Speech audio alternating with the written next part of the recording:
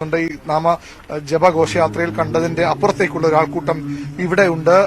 നാട്ടുകാരാകാം, ഒരുപക്ഷെ ഇന്നലെയൊക്കെ വന്നതുപോലെ മറ്റ് ജില്ലകളിൽ നിന്ന് വന്ന ആളുകൾ പോലും ഇവിടെയുണ്ട്. പല വികാരങ്ങളുമായി, സമ്മിശ്ര വികാരങ്ങളുമായി ഇവിടെ എത്തിയ ആളുകളുണ്ട്. പൂർണ്ണമായും ഭക്തി കൊണ്ട് തന്നെ ഇവിടേക്ക് വന്നിട്ട് ഇപ്പോൾ അദ്ദേഹത്തിന്റെ ഈ ഭൗതികദേഹം ഈ വാഹനത്തിൽ നിന്ന് പുറത്തിറക്കാനുള്ള തയ്യാറെടുപ്പിലാണ്. അല്പസമയത്തിനകം ഇവിടെ നിന്ന് ഈ ഭൗതികദേഹം പുറത്തെടുത്ത് ഈ സമാധി സ്ഥലത്തേക്ക് മാറ്റും. അതിനുള്ള ഒരുക്കങ്ങളാണ് ഇപ്പോൾ നടക്കുന്ന കാര്യങ്ങൾ.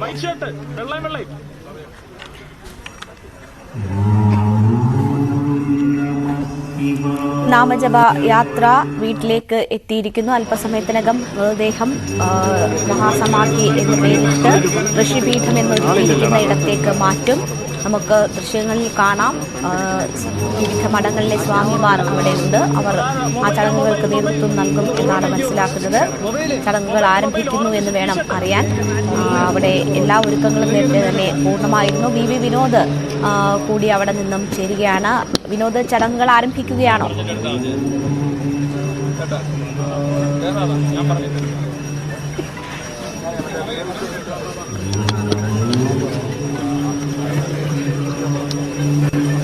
വിനോദ്, കേൾക്കാമോ?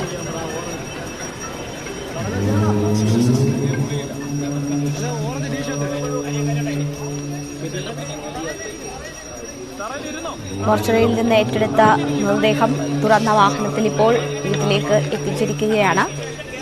അവിടെ സമാധിക്കുള്ള ഒരുക്കങ്ങളൊക്കെ നേരത്തെ തന്നെ പൂർണ്ണമായിരുന്നു. ഹിന്ദു സംഘടനാ നേതാക്കളുടെ നേതൃത്വത്തിൽ, വിവിധ മഠങ്ങളിൽ നിന്നെത്തിയ സ്വാമിമാരുടെ നേതൃത്വത്തിൽ ചടങ്ങുകൾ ആരംഭിക്കാൻ പോകുന്നു എന്നാണ് മനസ്സിലാക്കുന്നത്. ഋഷിപീഠം എന്ന് നാമകരണം ചെയ്ത ഇടത്ത് മൃതദേഹം സംസ്കരിക്കും. അവിടെ അത് മഹാസമാധിയായി കണക്കാക്കി ഇനിയുള്ള പൂജകൾ നടക്കുമെന്നാണ് പ്രതീക്ഷിക്കുന്നത്. വിനോദ് അവിടെ നിന്ന് ചേരുന്നു.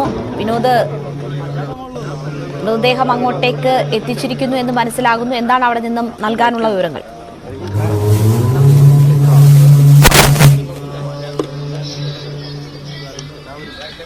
രേണുക,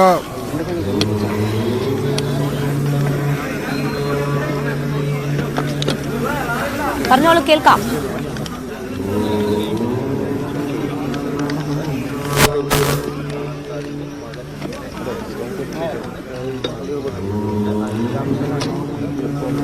വിനോദ്, കേൾക്കാമോ?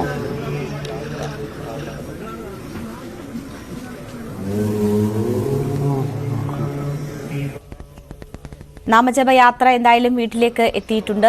മൃതദേഹം അല്പസമയത്തിനകം തന്നെ അവിടെ ഒരുക്കിയിരിക്കുന്ന ഇടത്തേക്ക് മാറ്റുമെന്നാണ് പ്രതീക്ഷിക്കുന്നത്. നേരത്തെ അവിടെ ചെറിയ രീതിയിൽ ഒരുക്കിയ കോൺക്രീറ്റ് കല്ല് കൊണ്ടുണ്ടാക്കിയ ഒരു സമാധിയായിരുന്നുവെങ്കിൽ ആ സ്ഥലം കുറച്ചുകൂടി വിപുലപ്പെടുത്തി വലിയ വിസ്തൃതിയേറിയ ഒരു പീഠമാക്കി മാറ്റിയിട്ടുണ്ട്. ഋഷിപീഠം എന്ന പേരും ഇട്ടിട്ടുണ്ട്. അവിടെയാണ് ഈ സമാധി ചടങ്ങുകൾ നടക്കുക. അവിടേക്ക് മൃതദേഹം അല്പസമയത്തിനകം തന്നെ എത്തിക്കുമെന്നാണ് പ്രതീക്ഷിക്കുന്നത്. പിന്നീട് ചെങ്കൽ മഠത്തിൽ നിന്നൊക്കെയുള്ള സ്വാമിമാരുടെ നേതൃത്വത്തിൽ അവിടെ ചടങ്ങുകൾ നടക്കുമെന്ന് പ്രതീക്ഷിക്കുന്നു. വി വിനോദ് ചേരുന്നു. വിനോദ്, എന്താണ് അവിടെ നിന്നും കൂട്ടിച്ചേർക്കാനുള്ള വിവരങ്ങൾ?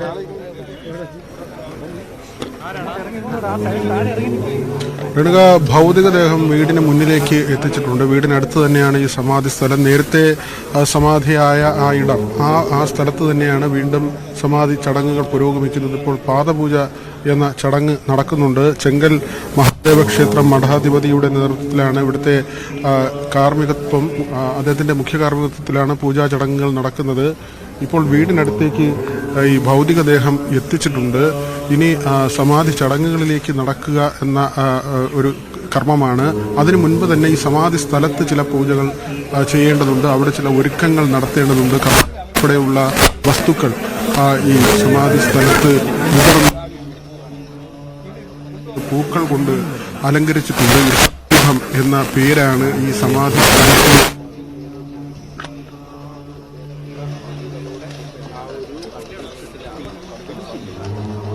ശരി, വി വിനോദാണ് അവിടെ നിന്നുമുള്ള വിവരങ്ങൾ നൽകിയിരിക്കുന്നത്. ഈ നാമജപയാത്ര അവിടെ വീടിന് മുന്നിൽ എത്തിയിട്ടുണ്ട്. ആ വാഹനത്തിൽ മൃതദേഹത്തെ അനുഗമിച്ച സനന്ദൻ എന്ന മകൻ മൃതദേഹത്തെ ഒപ്പം തന്നെ നമുക്ക് ദൃശ്യങ്ങളിൽ കാണാം. അല്പസമയത്തിനകം വാഹനത്തിൽ ഈ ഒരുക്കിയിരിക്കുന്ന സ്ഥലത്തേക്ക് മൃതദേഹം മാറ്റും. അവിടെ ചടങ്ങുകൾ നടക്കുമെന്നാണ് പ്രതീക്ഷിക്കുന്നത്. എത്തിയത്. സ്വാമിമാരുടെ നേതൃത്വത്തിൽ മറ്റും അവിടെ ചടങ്ങുകൾ നടക്കുകയാണ്.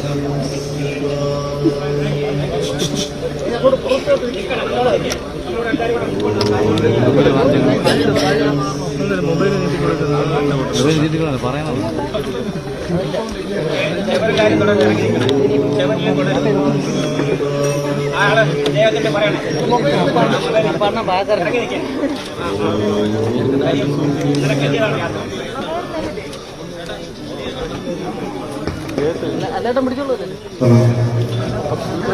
അല്ലേട്ടന് വാഴ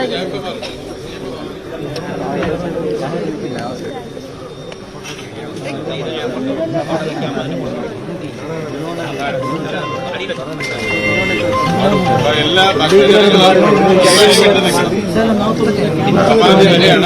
ഈ വഴി വിട്ട്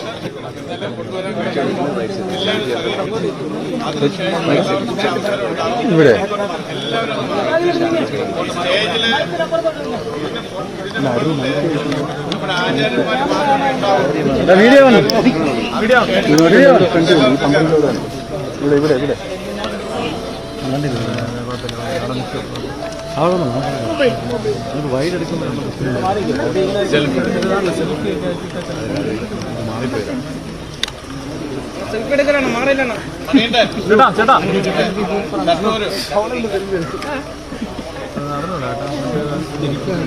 ചേട്ടാ ഒരു സൈഡിൽ നിൽക്കുമോ ചേട്ടാ?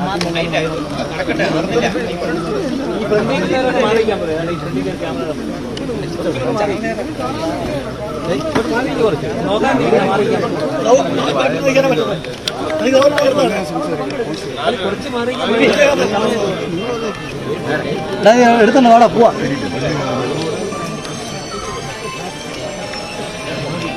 അതുകൊണ്ട്